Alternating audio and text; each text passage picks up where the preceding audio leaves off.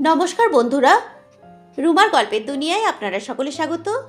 আজ আপনারা শুনবেন শরদিন্দু বন্দ্যোপাধ্যায়ের লেখা গল্প বড় ঘরের কথা। আপনারা যারা এখনও আমার চ্যানেলটিকে সাবস্ক্রাইব করেননি তারা আমার চ্যানেলটিকে অবশ্যই সাবস্ক্রাইব করে নেবেন। শুরু করছি আজকের গল্প বড় ঘরের কথা। গল্প পাঠে আমি রুমা। নিম্নোক্ত কাহিনীটি আমি শুনিতে পাইতাম কিনা সন্দেহ, যদি না সে রাত্রে গ্রামের জমিদারবাবুর বাড়িতে নিমন্ত্রণ থাকিত। আমি গ্রামে নবাগত, কিন্তু জমিদার মহাশয় তাহার কন্যার বিবাহে গ্রামশুদ্ধ লোককে নিমন্ত্রণ করিয়াছিলেন। আমিও বাদ পড়ি নাই। যিনি গল্প বলিলেন তাহার নাম ভুবন বিশ্বাস। রোগা চিমসে চেহারার বৃদ্ধ, নস্যি লইয়া সজল চকিত চক্ষে এদিক ওদিক দৃষ্টি নিক্ষেপ করেন এবং অসংলগ্ন দুই চারিটি কথা বলিয়া চুপ করিয়া যান। পূর্বে তিনি পাশের কোনো এক জমিদারির সরকার কিংবা গোমস্তা ছিলেন। কয়েক বছর হইল অবসর লইয়াছেন। আমি গ্রামের বারোয়ারি গ্রন্থাগারের সমাবর্তন উপলক্ষে নিমন্ত্রিত হইয়া আসিয়াছি। দু একদিন থাকিয়া চলিয়া যাইব। অন্যান্য গ্রামবাসীর মতো ভুবনবাবুর সহিত সামান্য পরিচয় হইয়াছিল। জমিদার বাড়ির বিস্তীর্ণ বারান্দায় নিমন্ত্রিতদের জন্য শতরঞ্জি পাতা হইয়াছিল। অতিথিদের মধ্যে একদল অন্দরের উঠানে খাইতে বসিয়াছেন। আমরা দ্বিতীয় ব্যাচ বাহিরে প্রতীক্ষা করিতেছি। চারিদিকে গ্যাস বাতি ও ডেলাইট জ্বলিতেছে। লোকজনের ছুটাছুটি, হাঁক ডাক।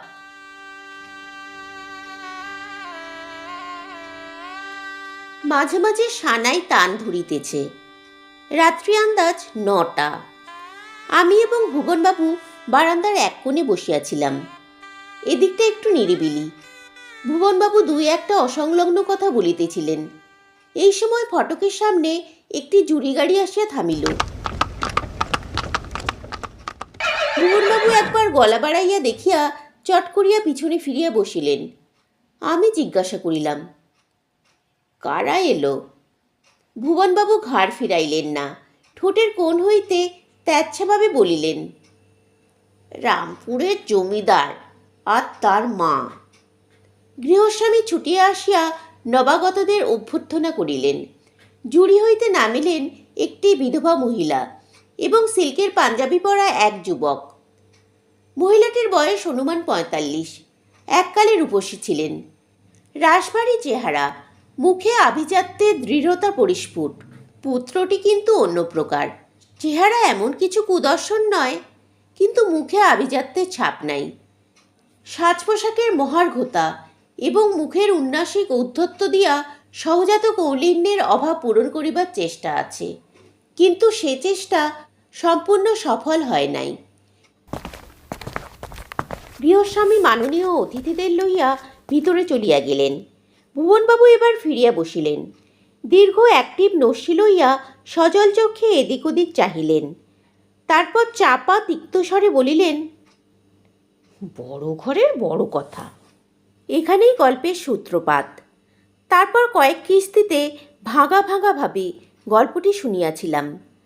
ভুবনবাবু কয়েক বছর আগে পর্যন্ত রামপুর জমিদার বাড়িতে সরকার ছিলেন। কী কারণে তাহার চাকরি যায় তাহা জানিতে পারি নাই। তবে তিনি ভূতপূর্ব প্রভুগোষ্ঠীর উপর প্রসন্ন ছিলেন না তাহা তাহার গল্প বলিবার ভঙ্গি হইতে অনুমান করিয়াছিলাম। কাহিনীর সব ঘটনা ভুবনবাবুর প্রত্যক্ষদৃষ্ট নয়।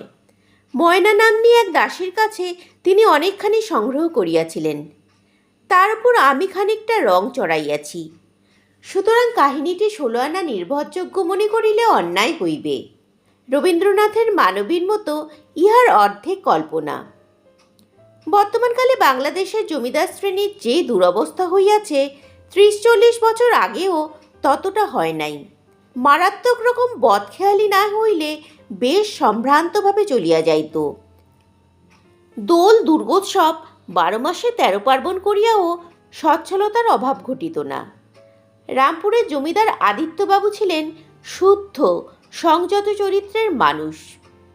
তাই জমিদারিটি মধ্যমাকৃতি হইলেও তিনি প্রজাদের ওপর অযথা উৎপীড়ন না করিয়াও মর্যাদার সহিত জীবনযাত্রা নির্বাহ করিতে পারিয়াছিলেন।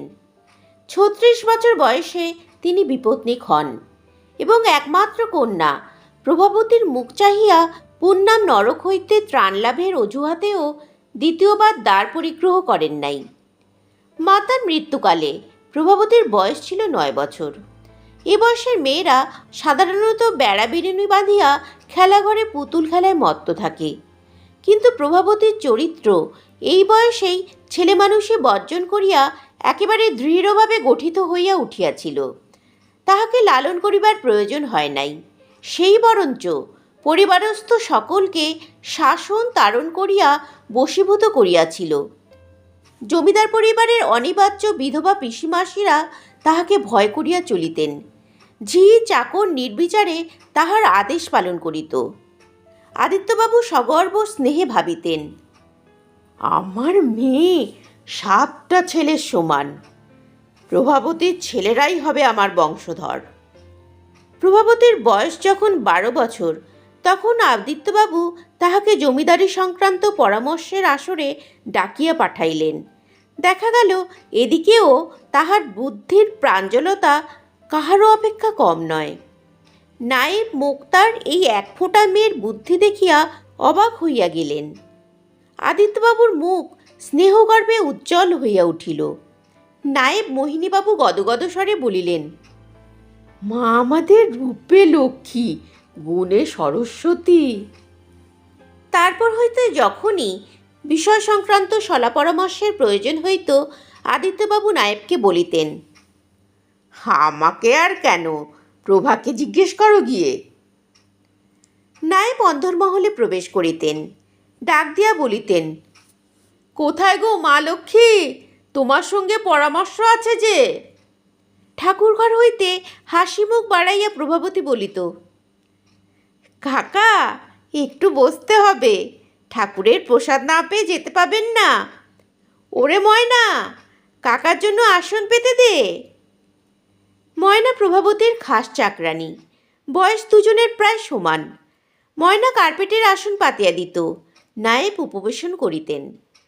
তারপর যথাসময় পূজা শেষ হইলে ঠাকুরের প্রসাদ গ্রহণ করিয়া নবীনা প্রভুকন্যার সহিত মন্ত্রণা করিতে বসিতেন। এইভাবে জমিদার পরিবারের বাহ্য এবং আভ্যন্তরীণ ক্রিয়া ঘড়ির কাঁটার মতো চলিতে থাকিত। প্রভাবতীর 16 বছর বয়সে আদিত্যবাবু তাহার বিবাহ দিলেন। আগেই বিবাহ দিতেন, কিন্তু উপযুক্ত পাত্র খুঁজিয়া বাহির করিতে বিলম্ব হইল। পাত্রের নাম নবগোপাল, গোলগাল সুশ্রী চেহারা, গরিবের ছেলে, 3 কুলে কেহ নাই, লেখাপড়ায় ভালো, বৃত্তি পাইয়া বিয়ে পাশ করিয়াছে। আদিত্যবাবু ঘর জামাই করিবেন, সুতরাং নবগোপাল সব দিক দিয়া সুপাত্র। মহা ধুমধামের সহিত বিবাহ হইল। নহবত বাজিল, ব্যান্ড বাজিল, 7 দিন ধরিয়া যাত্রা পাঁচালি কীর্তন চলিল, দিয়তাং ভুজ্যতাং হইল। না হইবেই বা কেন, জমিদারের একমাত্র কন্যা, সম্পত্তির উত্তরাধিকারিণী। সুতরাং আদিত্যবাবু কোনো সাধই অপন্ন রাখিলেন না। জামাই নবগোপাল শ্বশুরবাড়িতে আসিয়া অধিষ্ঠিত হইল। নবগোপালের চেহারাটি যেমন মোলায়েম, স্বভাব তেমনি মৃদু স্নিগ্ধ, মুখের কথা মুখে মিলাইয়া যায়। আদিত্যবাবু বাড়ির দ্বিতলের একটা মহল মেয়ে জামাইয়ের জন্য আলাদা করিয়া দিলেন। নিভৃত নিরঙ্কুশ পরিবেশের মধ্যে প্রভাবতী ও নবগোপালের দাম্পত্য জীবন আরম্ভ হইল। দাম্পত্য জীবনের প্রভাত, শীতরাত্রির অবসানে নবারুণ প্রফুল্ল শিশির বিচ্ছুরিত প্রভাত। কিন্তু কখনো দেখা যায় শীতের রৌদ্র ঝলমল প্রভাতে সূক্ষ্ম কুহেলিকা আসিয়া আকাশ ঝাপসা করিয়া দিয়াছে। সূর্যের প্রসন্নতা অশ্রুবাষ্পের অন্তরালে বিষণ্ণ হইয়া পড়িয়াছে। বিবাহের পর 1 মাস কাটিয়া গেল।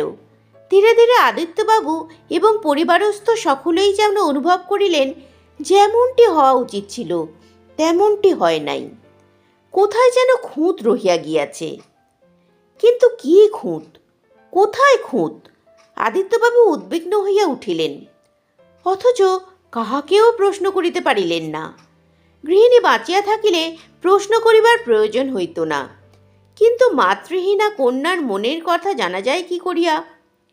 প্রভাবতীর মুখ দেখিয়া কিছু অনুমান করা যায় না। সে আগের মতোই সাংসারিক ও বৈষয়িক কাজকর্ম পরিদর্শন করে। পুজোর ঘরের সমস্ত উদ্যোগ আয়োজন নিজের হাতে করে। বৃহৎ পরিবারের কোথায় কি ঘটিতেছে কিছুই তাহার চক্ষু এড়ায় না। তবু আদিত্যবাবু যাহা দেখিতে পান না, পরিবারের অন্য কাহারও চোখে তাহা চকিতের জন্য ধরা পড়িয়া যায়। প্রভাবতীর মনের চারিধারে যেন সূক্ষ্ম কুয়াশার জাল পড়িয়া গিয়াছে। যাহা পূর্বে অতিশয় স্পষ্ট নিঃসংশয় ছিল, তাহা আবছায়া হইয়া গিয়াছে। সূর্যের চোখে চালসে পড়িয়াছে। ওদিকে জামাই নবগোপালের জীবনের বাহ্য অংশ বেশ বিধিবদ্ধ হইয়া গিয়াছে। সে সকালবেলা দারোয়ানের সঙ্গে বেড়াইতে বাহির হয়, ফিরিয়া আসিয়া দপ্তরে শ্বশুরের কাছে বসে। বেলা হইলে নিজের মহলে অন্তর্হিত হইয়া যায়। বৈকালে আবার বেড়াইতে বাহির হয়, ফিরিয়া শ্বশুরের কাছে বসে। শ্বশুর বুঝিতে পারেন ছেলেটি অতি শান্ত ও সুশীল। তাহার বুদ্ধির ধার হয়তো খুব বেশি নাই, কিন্তু ধীরতা আছে। জামাইয়ের আভ্যন্তরীণ জীবনের চিত্র কিন্তু আদিত্যবাবু কল্পনা করিতে পারেন না। নিজের মেয়েকে তিনি চেনেন, জামাইকেও অল্প বিস্তর চিনিয়াছেন, কিন্তু তবু মেয়ে জামাইয়ের সম্মিলিত জীবন সম্বন্ধে কিছুই ধারণা করিতে পারিতেছেন না। অনির্দিষ্ট উদ্বেগের মধ্যে 6 মাস কাটিয়া গেল। তারপর একদিন আদিত্যবাবু নিভৃতে ময়নাকে ডাকিয়া পাঠাইলেন। ময়না প্রভাবতীর দাসী ও নিত্য সহচরী। সে বাল্য বিধবা, কিন্তু জীবনের ভিত্তিস্থানীয় গোপন সত্যগুলি তাহার অপরিচিত নয়। আদিত্যবাবু ময়নাকে সোজাসুজি জিজ্ঞাসা করিতে পারিলেন না, ঘুরাইয়া ফিরাইয়া প্রশ্ন করিলেন। ময়নাও ঘুরাইয়া ফিরাইয়া উত্তর দিল। কিছুই পরিষ্কার হইল না, বরং আদিত্যবাবুর সংশয় আরও বাড়িয়া গেল। কিন্তু এ প্রসঙ্গ লইয়া নায়েব মোক্তারের সহিত আলোচনা করা চলে না। আদিত্যবাবু মনে মনে অস্থির হইয়া উঠিলেন। অবশেষে তাহার মনে পড়িয়া গেল ডাক্তার সুরেন দাসের কথা। কলিকাতার বড় ডাক্তার, আদিত্যবাবুর বাল্যবন্ধু। যেমন হৃদয়বান তেমনি ঠোঁট কাটা। আদিত্যবাবু কাহাকেও কিছু না বলিয়া কলিকাতায় গেলেন। পরদিন রামপুরে নায়েবের কাছে টেলিগ্রাম আসিল, প্রভাবতী ও নবগোপালকে পাঠাইয়া দাও। প্রভাবতী ও নবগোপাল কলিকাতায় গেল। ডাক্তার সুরেন দাস কোনো প্রকার ভনিতা না করিয়া তাহাদের স্বাস্থ্য পরীক্ষা করিলেন। তারপর আদিত্যবাবুকে আড়ালে বলিলেন, মেয়ের আবার বিয়ে দাও, এ বিয়ে বিয়েই নয়। পক্ষাঘাতগ্রস্ত মন লইয়া আদিত্যবাবু গৃহে ফিরিলেন। প্রভাবতী এবং নবগোপালও ফিরিল। প্রভাবতীর মনের কুয়াশা আর নাই। খরচ সূর্যালোক সমস্ত অস্পষ্টতা দূর করিয়া দিয়াছে। 2 দিন আদিত্যবাবু কাহারও সহিত কথা বলিলেন না। কন্যার আবার বিবাহ দেয়া তো দূরের কথা, মাতৃজারবৎ এ কথা কাহাকেও বলিবার নয়। মান সম্ভ্রম বংশগৌরব সব ধূলিসাৎ হইয়াছে। মেয়েকে ঘিরিয়া যে নন্দনকানন রচনা করিয়াছিলেন তাহা ভস্মীভূত হইয়াছে। সব থাকিতে তাহার কিছু নাই, তিনি সর্বশান্ত হইয়াছেন। 3য় দিন সকালবেলা আদিত্যবাবু চুপি চুপি প্রভাবতীর মহলে গেলেন। প্রভাবতী এই সময় পুজোর ঘরে থাকে। প্রভাবতীর মহলে 4-5টি ঘর, তার মধ্যে 2টি শয়নকক্ষ, একটি বসিবার ঘর। নবগোপাল চেয়ারে বসিয়া মাসিক পত্রিকা পড়িতেছিল। শ্বশুরকে আসিতে দেখিয়া উঠিয়া দাঁড়াইল। আদিত্যবাবু জামাইয়ের মুখের পানে তাকাইতে পারিলেন না। লজ্জায় তাহার দৃষ্টি মাটি ছাড়িয়া উঠিল না। তিনি অবরুদ্ধ স্বরে বলিলেন, তুমি এমন কাজ কেন করলে? নবগোপাল উত্তর দিল না, নত মুখে দাঁড়াইয়া রহিল। এমন করে আমার সর্বনাশ করলে? এবারও নবগোপাল নিরুত্তর রহিল। পাশের ঘরে ময়না আসবাব ঝাড়ামোছা করিতেছিল। সে একবার দাঁত দিয়া উঁকি মারিল, তারপর পা টিপিয়া টিপিয়া সরিয়া গেল। আদিত্যবাবু আর কিছু না বলিয়া ফিরিয়া চলিলেন। কিছু বলিয়া লাভ কি? তিনি নিয়তির জালে জড়াইয়া পড়িয়াছেন। গলা ফাটাইয়া চিৎকার করিলেও মুক্তি নাই। 100 বৎসর পূর্বে তাহার প্রপিতামহের আমলে এরূপ ব্যাপার ঘটিলে তিনি হয়তো জামাইকে কাটিয়া নদীতে ভাসাইয়া দিতেন, কিন্তু তাহাতেই বা কী লাভ হইত? কন্যার সুখ সৌভাগ্য বাড়িত না, বংশের মুখ উজ্জ্বল হইত না। শ্বশুর প্রস্থান করিবার পর নবগোপাল আবার উপবেশন করিল। ঘরের চারিদিকে একবার মন্থর দৃষ্টি ফিরাইল, তারপর মাসিক পত্রিকা তুলিয়া লইল। দিন কাটিতে লাগিল, দিনের পর দিন। প্রভাবতীকে দেখিয়া অনুমান করা যায় না তাহার মনের মধ্যে কি হইতেছে। তাহার শান্ত সহাস্য দৃঢ়তার অন্তরালে হয়তো ব্যর্থ অভিপ্সার আগুন চাপা আছে, কিন্তু বাহিরে কেহ তাহা দেখিতে পায় না। তারপর হঠাৎ একদিন আদিত্যবাবু মারা গেলেন। যেন অদৃষ্টের দুর্নিবার আঘাত সহ্য করিতে না পারিয়া পলায়ন করিলেন। তাহার শরীর ভিতরে ভিতরে নির্জীব হইয়া পড়িয়াছিল, বাঁচিবার স্পৃহাও ছিল না। বুকে ঠান্ডা লাগাইয়া কয়েকদিনের জ্বরে তিনি ইহ সংসার ত্যাগ করিলেন। প্রভাবতী জমিদারের সর্বেসর্বা অধিকারিণী হইল, কিন্তু এই সৌভাগ্যের জন্য সে লালায়িত ছিল না। পিতার মৃত্যুর পর সে 4 দিন শয্যা ছাড়িয়া উঠিল না। পরে স্নান করিয়া সংযতভাবে পিতার চতুর্থী সম্পন্ন করিল।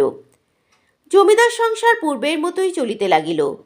গৃহে আদিত্যবাবুর স্থান শূন্য হইল বটে, কিন্তু সেজন্য কাজের কোনো ব্যাঘাত হইল না।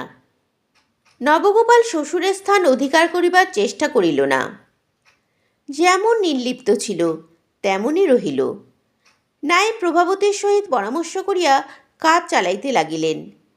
তারপর যতদিন যাইতে লাগিল, প্রভাবতীর স্বভাব তত পরিবর্তিত হইতে লাগিল। হঠাৎ কোনো পরিবর্তন ঘটিল না, ধীরে অলক্ষিতে ঘটিল। আগে তাহার চরিত্রে দৃঢ়তা ছিল, কর্কশতা ছিল না, কথার শাসন ছিল, তাড়না ছিল না, দৃষ্টিতে গাম্ভীর্য ছিল, ছিদ্রান্বেষিতা ছিল না। এখন ক্রমে ক্রমে তাহার স্বভাব তীক্ষ্ণ, কণ্টক সমাকুল হইয়া উঠিল। সেই সঙ্গে সূচিবাই দেখা দিল। পরিচরবর্গ তাহাকে সম্ভ্রম করিত, এখন ভয় করিয়া চলিতে লাগিল। তাহার দেহ অদৃশ্য রিপুর আক্রমণ হইতে অক্ষত রহিল না। বিবাহের সময় তাহার রূপ ছিল সদ্য ফোটা গোলাপ ফুলের মতো, লাবণ্যের শিশিরে সারা অঙ্গ ঝলমল করিত। ক্রমে শিশির শুকাইয়া আসিল, সেই সঙ্গে একটা স্নায়বিক রোগ দেখা দিল। হঠাৎ কাজ করিতে করিতে অজ্ঞান হইয়া পড়িত, আবার জ্ঞান হইলে যেন কিছুই হয় নাই, এমনিভাবে কাজে মন দিত। কেহ ডাক্তার ডাকার প্রস্তাব করিলে অগ্নিশিখার মতো জ্বলিয়া উঠিত। আদিত্যবাবুর মৃত্যুর পর 2 বছর কাটিয়া গেল। তপকৃশ দেহমন নিয়া প্রভাবতী 19 বছরে পদার্পণ করিল। নবগোপালের জ্বর হইতেছিল, ম্যালেরিয়া জ্বর। আসিবার সময় শীত করিয়া হাত পা কামড়াইত। স্থানীয় ডাক্তার কুইনিন দিতেছিল। বিকেলবেলা নবগোপালের সাগু তৈরি হইল কিনা দেখিবার জন্য প্রভাবতী রান্নাঘরের দিকে যাইতেছিল। ময়না আসিয়া খাটো গলায় বলিল, দিদিমণি, জামাইবাবুর বোধহয় আবার জ্বর আসছে। প্রভাবতী থমকিয়া দাঁড়াইল। কি করে জানলি? ময়না সংকুচিত স্বরে বলিল, আমি ঘরে গিয়েছিলাম, দেখলাম শুয়ে আছেন। আমাকে দেখে বললেন, বড্ড হাত পা কামড়াচ্ছে, একটু টিপে দিলে আরাম হয়। প্রভাবতী কিছুক্ষণ ময়নার দিকে তাকাইয়া থাকিয়া বলিল, তা টিপে দিলি না কেন? ময়না লজ্জিত মুখে চুপ করিয়া রহিল। প্রভাবতী তখন বলিল, আচ্ছা তুই সাবু নিয়ে আয়, আমি দেখছি। নবগোপাল নিজ শয়নকক্ষে একটা বিলাতি কম্বল গায়ে দিয়া কুণ্ডলি পাকাইয়া শুইয়াছিল। প্রভাবতী খাটের পাশে গিয়া দাঁড়াইল। নবগোপাল একটু হাসিবার চেষ্টা করিয়া বলিল, আজ আবার জ্বর আসছে। প্রভাবতী থমকিয়া দাঁড়াইল।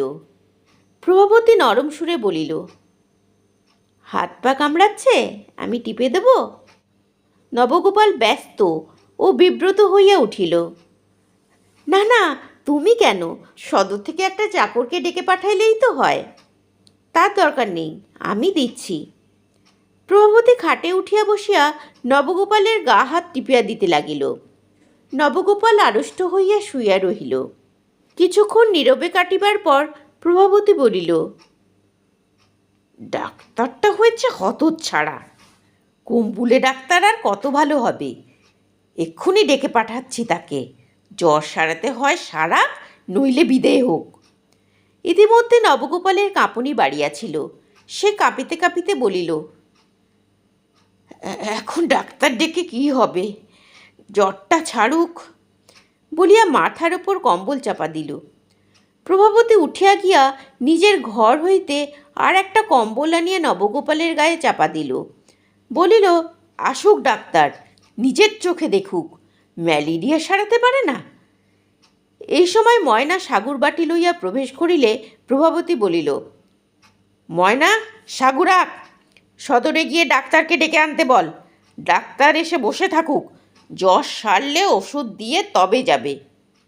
অতঃপর ধমক খাইয়া ডাক্তার এমন ঔষধ দিল যে জ্বর আর আসিল না।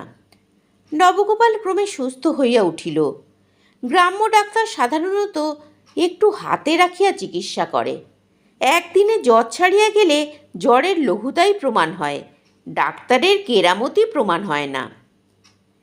ইহার কয়েকদিন পর সকালবেলা প্রভাবতী নায়েবকে ডাকিয়া পাঠাইল। নায়েব আসিয়া দেখিলেন প্রভাবতী নিজের শয়নঘরের মেঝেয় বসিয়া পান সাজিতেছে। প্রভাবতী নিজে বেশি পান খায় না, কিন্তু নবগোপাল পান দোক্তা খায়, ইহা তাহার একমাত্র ব্যসন। প্রভাবতী নিজের হাতে স্বামীর পান সাজে। নায়েব প্রভাবতীর সম্মুখে আসনে বসিলেন। প্রভাবতী তাহার পানে চোখ না তুলিয়া বলিল, কাকা, ওর জন্য একজন খাস বেয়ারা রাখবো ভাবছি, আপনি কি বলেন? নায়েব কিছুক্ষণ প্রভাবতীর নতনেত্র মুখের পানে চাহিয়া রহিলেন। এ বংশের সাবেক প্রথা, অন্দরের সকল কাজ, এমনকি পুরুষদের পরিচর্যা পর্যন্ত ঝি চাকরানি করিবে। আদিত্যবাবুরও খাস বেয়ারা ছিল না। নায়েব কথাটা মনের মধ্যে তোলপাড় করিয়া বলিলেন, বেশ তো মা, তুমি যখন দরকার মনে করছো তখন রাখলেই হলো। এ বংশে অবশ্য। সে আমি জানি, কিন্তু দরকার হলে নিয়ম বদলাতে হয়। তা তো বটেই, আমি লোক দেখছি। একটু থামিয়া বলিলেন, একটা লোক কদিন থেকে চাকরির জন্যে ঘোরাঘুরি করছে। প্রভাবতী মুখ তুলিল, কীরকম লোক? নায়েব বলিলেন, দেখে তো ভালোই মনে হয়, ভদ্র চেহারা, চালচলন ভালো। বলছিল কলকাতায় কোন ব্যারিস্টারের বাড়িতে বেয়ারার কাজ করেছে, তবে বোধহয় পারবে। আপাতত ওকেই রেখে দেখা যাক, যদি না পারে তখন অন্য লোক দেখলেই হবে। নায়েব উঠিলেন, লোকটা এই সময় আসে, আজ থেকেই বহাল করে নি, কি বলো? প্রভাবতী বলিল, তাকে একবার অন্দরে পাঠিয়ে দেবেন, আমি আগে একবার দেখতে চাই। বেশ। নায়েব চলিয়া গেলেন। কিছুক্ষণ পরে ময়না ছুটিতে ছুটিতে ঘরে প্রবেশ করিল। দিদিমণি বলিয়া ঘাড় ফিরাইয়া পিছন দিকে ইশারা করিল। তাহার চোখে মুখে চাপা উত্তেজনা। প্রভাবতী অপ্রসন্ন চোখ তুলিয়া দেখিল দ্বারের কাছে উমেদার ভৃত্য আসিয়া দাঁড়াইয়াছে। বয়স 25-26, ছিটের কামিজ পরা ছিমছাম চেহারা, মুখে চোখে বুদ্ধির সংযম। সে নত হইয়া জোড়া হাত কপালে ঠেকাইল। প্রভাবতী তাহাকে এক নজর দেখিয়া পানের খিলি মুড়িতে মুড়িতে ধীর স্বরে বলিল, তোমার নাম কি? আজ্ঞে মোহন। কি কাজ করতে হবে শুনেছ? আজ্ঞে নায়েববাবু বলেছেন। পারবে? আজ্ঞে পারবো। বাবুকে তেল মাখানো, দরকার হলে হাত পা টিপে দেওয়া, এসব করতে হবে। আজ্ঞে করব। প্রভাবতী তখন ময়নাকে বলিল, ময়না, ওকে কোণের ঘরটা দেখিয়ে দে, ওই ঘরে ও থাকবে, আর বাবুর কাছে নিয়ে যা। মহলের এক কোণে লম্বা বারান্দার অন্য প্রান্তে একটি ঘর অব্যবহৃত পড়িয়াছিল। ময়না মোহনকে সঙ্গে লইয়া ঘর দেখাইয়া দিল। তারপর নবগোপালের ঘরে লইয়া গেল। খাস বেয়ারা দেখিয়া নবগোপাল হাঁ না কিছুই বলিল না। খুশি হইল কিনা তাহাও বোঝা গেল না। কয়েক মিনিট পরে ময়না মোহনকে নবগোপালের ঘরে রাখিয়া ফিরিয়া আসিলে প্রভাবতী বলিল, ময়না, বাকি পানগুলো সেজে ডাবায় ভরে রাখ, আমার স্নানের সময় হলো। প্রভাবতীর শয়নকক্ষের লাগাও স্নানের ঘর। সে স্নানের ঘরে প্রবেশ করিল। ময়না পান সাজিতে বসিল। আজ ময়নার মন চঞ্চল, ইন্দ্রিয়গুলিও অত্যন্ত সজাগ। পান সাজা শেষ করিয়া সে বাটা ভরিয়া নবগোপালের ঘরে রাখিয়া আসিল। দেখিল নতুন চাকর নবগোপালের মাথায় তেল মাখাইয়া দিতেছে। প্রভাবতীর ঘরে ফিরিয়া আসিয়া সে ঘরের এটা ওটা নাড়িয়া চাড়িয়া আঁচল দিয়া আয়নাটা মুছিবার ছুতায় নিজের মুখ দেখিয়া ঘুরিয়া বেড়াইতে লাগিল। তার সারা দেহে যেন ছটপটানি ধরিয়াছে। তারপর সে অনুভব করিল স্নানের ঘর হইতে কোনো সাড়া শব্দ আসিতেছে না। কিছুক্ষণ উৎকণ্ঠিত চক্ষে স্নানঘরের দ্বারের পানে চাহিয়া থাকিয়া ময়না সন্তর্পণে গিয়া দ্বার ঠেলিল। দেখিল প্রভাবতী অজ্ঞান হইয়া ভিজা মেঝের উপর পড়িয়া আছে। তাহার কাপড় চোপড়ের অবস্থা দেখিয়া মনে হয় স্নান আরম্ভ করিবার পূর্বেই সে মূর্ছা গিয়াছে। ময়না চেঁচামেচি করিল না। প্রভাবতীর পাশে ঝুঁকিয়া তাহার মুখে জলের ছিটা দিতে লাগিল। কিছুক্ষণ পরে প্রভাবতীর জ্ঞান হইল। সে উঠিয়া বসিয়া বস্ত্রাদি সম্বরণ করিতে করিতে বলিল, হয়েছে, তুই এবার নিজের কাজে যা, কাউকে কিছু বলবার দরকার নেই। নতুন ভৃত্য মোহন যে অতিশয় কর্মনিপুণ লোক এবং সব দিক দিয়া বাঞ্ছনীয়, তাহা প্রমাণ হইতে অধিক বিলম্ব হইল না। সে অত্যন্ত পরিষ্কার পরিচ্ছন্ন, দেখিলে ভদ্রলোক বলিয়া ভ্রম হয়, কিন্তু সে যত্নপূর্বক নিজেকে ভৃত্য পর্যায়ে আবদ্ধ করিয়া রাখে। খাটো করিয়া কাপড় পরে, মাথায় টেডি কাটে না। তাহার সবচেয়ে বড় গুণ যে সে অযথা কথা বলে না। মুখে প্রফুল্ল গাম্ভীর্য লইয়া সে আপন মনে কাজ করিয়া যায়। ময়না যখন গায়ে পড়িয়া তাহার সহিত কথা বলিতে যায়, সে সংক্ষেপে উত্তর দেয়, মাখামাখির চেষ্টা করে না। ময়নাকে লইয়াই গোলযোগ বাঁধিল। ময়না মেয়েটা এমন কিছু ন্যাকাবোকা নয়। তাহার পালিশ করা কালো শরীরে বেশ খানিকটা স্বচ্ছ সহজ বুদ্ধি ছিল, কিন্তু মোহন আসার পর হইতে তাহার বুদ্ধি শুদ্ধি যেন জোয়ারের জলে ভাসিয়া গিয়াছিল। বিশেষত অবস্থা গতিকে দুজনের মধ্যে ঘনিষ্ঠতা অনিবার্য হইয়া পড়িয়াছিল। ইচ্ছা থাকিলেও সান্নিধ্য বর্জন করিবার উপায় ছিল না। সকল দিকেই প্রভাবতীর দৃষ্টি বড় তীক্ষ্ণ। ময়নার রসবিহ্বলতা তাহার চক্ষু এড়ায় নাই। একদিন সে ধমক দিয়া বলিল, হয়েছে কি তোর? অমন ছটপটিয়ে বেড়াচ্ছিস কেন? কাজকর্ম কিছু নেই? ময়না ভয় পাইয়া তাড়াতাড়ি প্রভাবতীর সম্মুখ হইতে সরিয়া গেল।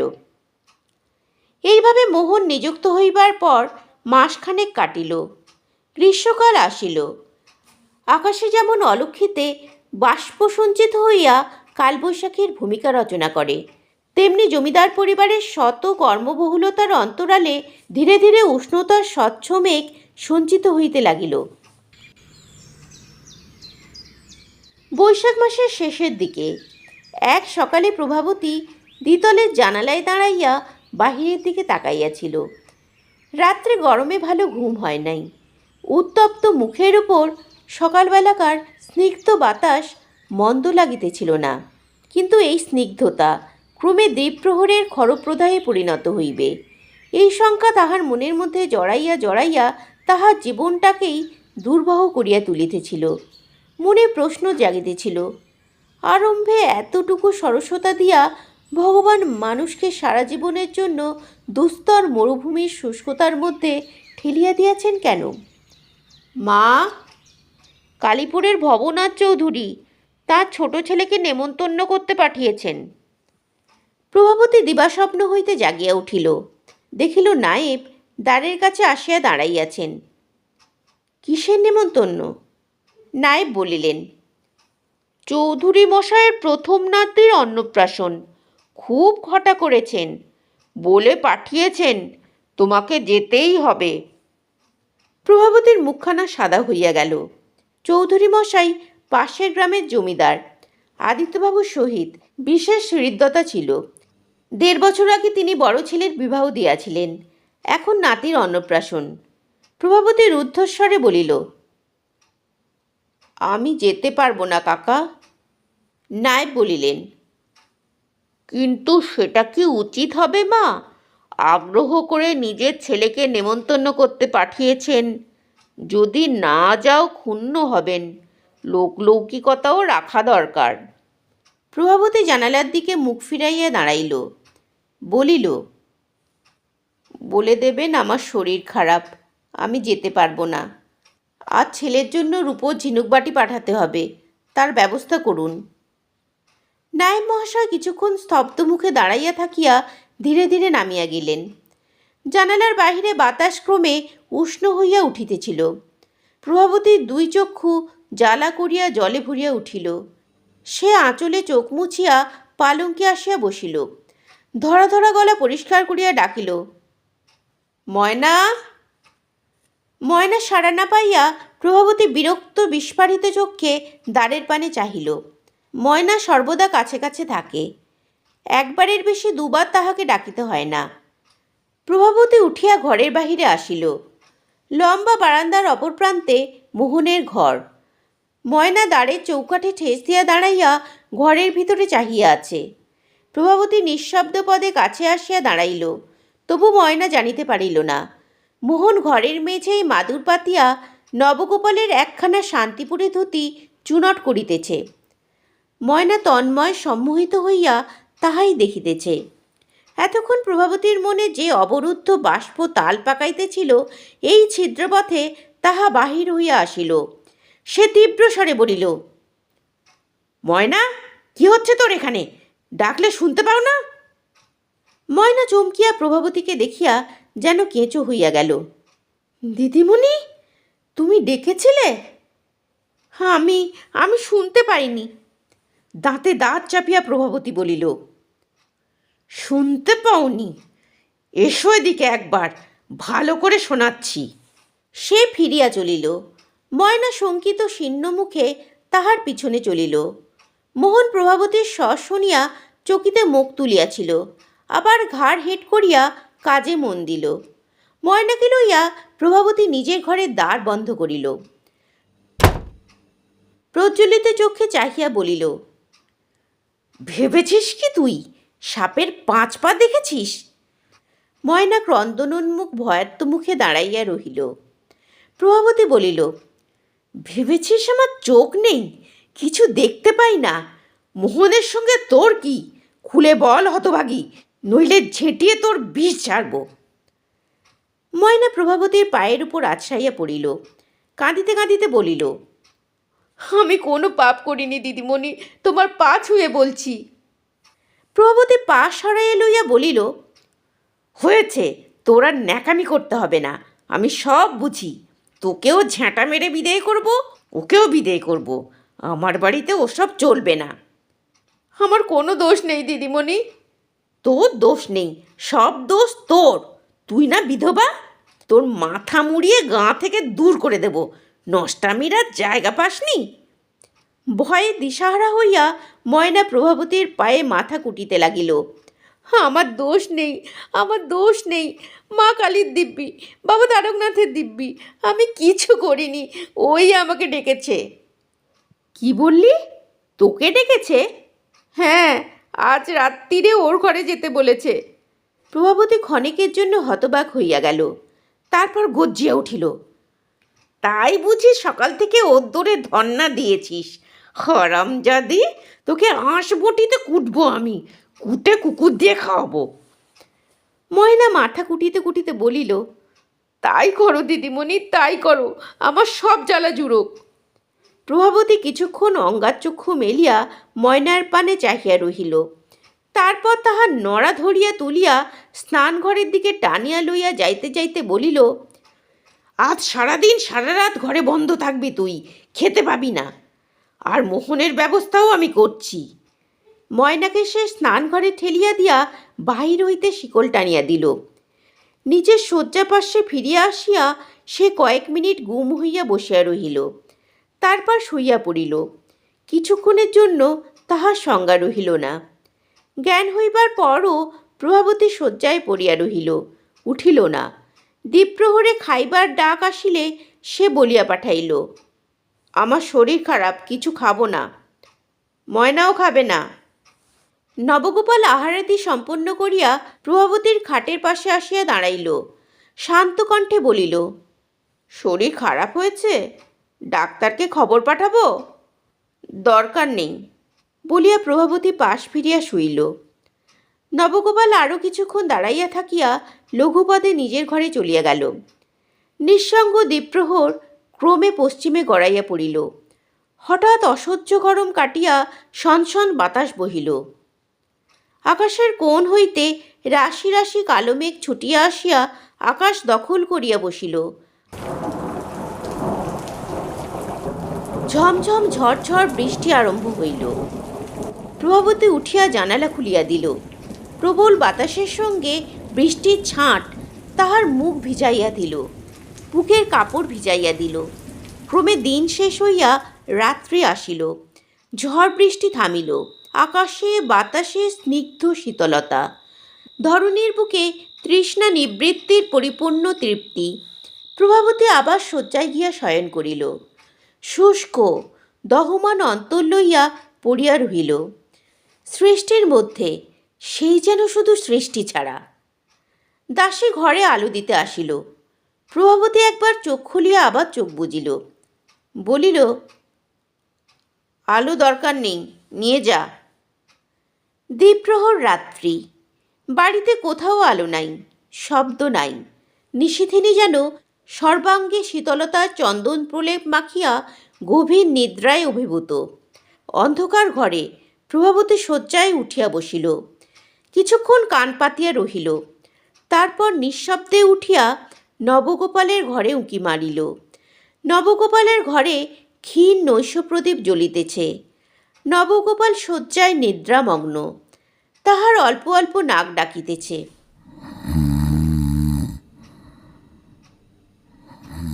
ফিরিয়া আসিয়া প্রভাবতী নিজের স্নান ঘরের বদ্ধদ্বারে কান লাগাইয়া শুনিল। শব্দ নাই। তখন সে সন্তর্পণে বাহিরের দ্বার খুলিয়া বারান্দায় বাহির হইল। বারান্দার অপর প্রান্তে একটা ঘর। নিঃশব্দ পদে বারান্দা অতিক্রম করিয়া সে দ্বারের গায়ে হাত রাখিল। দ্বার ভেজানো ছিল। আস্তে আস্তে খুলিয়া গেল। প্রভাবতী দ্বীপহীন কক্ষে প্রবেশ করিল। পরদিন প্রাতঃকালে প্রভাবতী শয্যা ত্যাগ করিয়া উঠিল। স্নানঘরের দ্বার খুলিয়া দেখিল ময়না মাটিতে পড়িয়া ঘুমাইতেছে। তাহাকে জাগাইয়া দিয়া সদয় কণ্ঠে বলিল, যা, এবার নিচে যা। ময়না চলিয়া গেলে প্রভাবতী স্নান করিল। তারপর পানের বাটা লইয়া পান সাজিতে বসিল। নায়েব আসিয়া দ্বারের কাছে দাঁড়াইলেন। কাল নাকি মা তোমার শরীর খারাপ হয়েছিল? প্রভাবতী মুখ না তুলিয়া বলিল, এমন কিছু নয়, আজ ভালো আছি। কাকা, ওই নতুন চাকরটাকে আজই বিদায় করে দেবেন। নায়েব বলিলেন, কাকে? মোহনকে? কিন্তু কাজকর্ম তো ভালোই করছে শুনছি। প্রভাবতী বলিল, আমি ভেবে দেখলুম অন্দরমহলে পুরুষ চাকর না রাখাই ভালো। ওকে পুরো মাসের মাইনে দিয়ে বিদায় করে দেবেন। বলবেন যেন আমার জমিদারির এলাকা ছেড়ে চলে যায়। কাহিনী শেষ করিয়া ভুবনবাবু একটিপ নস্যি লইলেন এবং চকিত সজল নেত্রে চারিদিকে চাহিলেন। আমি জিজ্ঞাসা করিলাম, নবগোপাল কবে মারা গেল? ভুবনবাবু বলিলেন, এই তো বছর 2 আগে। লোকটা ভারী অমায়িক ছিল, ছেলেকে খুব আদর করত। প্রশ্ন করিলাম, আপনি ছাড়া এ কথা কে কে জানে? ভুবনবাবু বলিলেন, সবাই জানে, আবার কেউ জানে না। বড় ঘরের বড় কথা। এতক্ষণ আপনারা শুনছিলেন শরদিন্দু বন্দ্যোপাধ্যায়ের লেখা গল্প বড় ঘরের কথা। গল্পটি কেমন লাগলো কমেন্টে লিখে জানাবেন। আমার গল্প পাঠ আপনাদের ভালো লেগে থাকলে আপনারা যারা এখনও আমার চ্যানেলটিকে সাবস্ক্রাইব করেননি তারা আমার চ্যানেলটিকে অবশ্যই সাবস্ক্রাইব করে দেবেন। সাবস্ক্রাইব করার সময় বেল আইকনটিতে ক্লিক করবেন, তাহলে আমার চ্যানেলে পোস্ট করা নতুন গল্পের নোটিফিকেশন আপনারা তক্ষুনি পেয়ে যাবেন। আজকের মতো এখানেই শেষ করছি। পরের দিন আসবো অন্য কোনো নতুন গল্প নিয়ে আপনাদের কাছে। সুস্থ থাকবেন, ভালো থাকবেন। ধন্যবাদ।